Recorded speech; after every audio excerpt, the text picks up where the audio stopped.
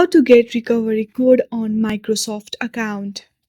For that, first of all, open any browser you have on your device, then on the searching bar, search for Microsoft account.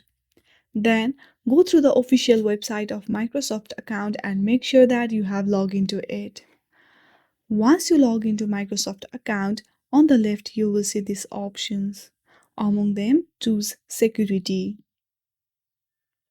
Now, under security, here you will find advanced option.